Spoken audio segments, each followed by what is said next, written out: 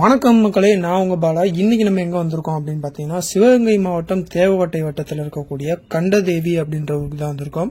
இந்த கண்டதேவி அப்படின்ற ஊர்ல அமைஞ்சிருக்கக்கூடிய சொர்ணமூர்த்தீஸ்வரர் கோயிலை பத்தி தான் இன்னைக்கு நம்ம வீடியோல பார்க்க போறோம்.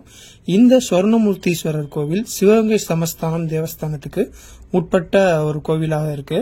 இந்த கோவில்ல இறைவனாக சொர்ணமூர்த்தி இருக்கிறாரு, இறைவியாக பெரியநாயகி அம்மன் இருக்கிறாங்க. இந்த கண்டதேவி சொர்ணமூர்த்தீஸ்வரர் கோவில்ல ராஜகோபுரத்துல பாத்தீங்க அப்படின்னா வெள்ளை யானையில இந்திரன் வர மாதிரியான ஒரு அமைப்பு ஒரு சிலை வச்சிருக்கிறாங்க. அது இந்த கோவில்ல ரொம்பவே ஒரு சிறப்பான ஒரு விஷயம். அதே மாதிரி இந்த கோவில் செம்பராங்கற்களால கட்டப்பட்டிருந்த கோவில் அப்படின்னு சொல்றாங்க. இந்த கோவில் 19ஆம் நூற்றாண்டுல தான் விரிவுபடுத்தி கற்றளி கோவிலாக கட்டப்பட்டிருக்கு. இந்த ஊருக்கு கண்டதேவி அப்படின்ற பெயர் வர காரணம் என்ன சொல்றாங்க அப்படின்னு பாத்தீங்கன்னா, ராமாயணத்துல ஹனுமர் இலங்கைக்கு போய் சீதையை பார்த்துட்டு வந்து ராமர் கிட்ட கண்டேன் தேவியை அப்படின்னு சொன்னது நாளடைவில் மருவி கண்டதேவி அப்படின்னு மாறினதா சொல்றாங்க.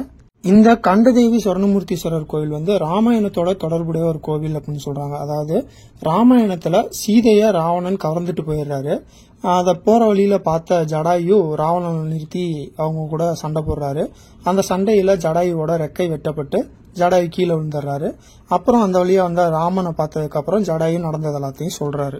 அங்கிருந்து இலங்கையை நோக்கி போகணும் அப்படின்னு முடிவெடுத்த ராமர் ஹனுமனை அனுப்பி இலங்கையில சீதை எந்த இடத்துல இருக்காங்க அப்படின்னு சொல்லி பார்த்துட்டு வர சொல்லி அனுப்புறாரு.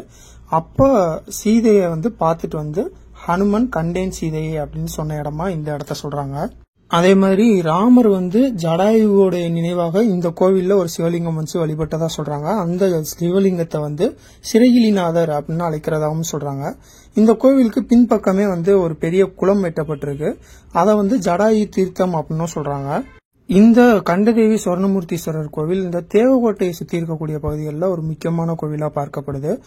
அது மட்டும் இல்லாம இந்த கண்டதேவி குளத்துல கிட்டத்தட்ட 12 படித்துறைகள் இருக்கு. அதாவது 12 ராசிகளுக்குமான 12 படித்துறைகள் வைக்கப்பட்டிருக்கு.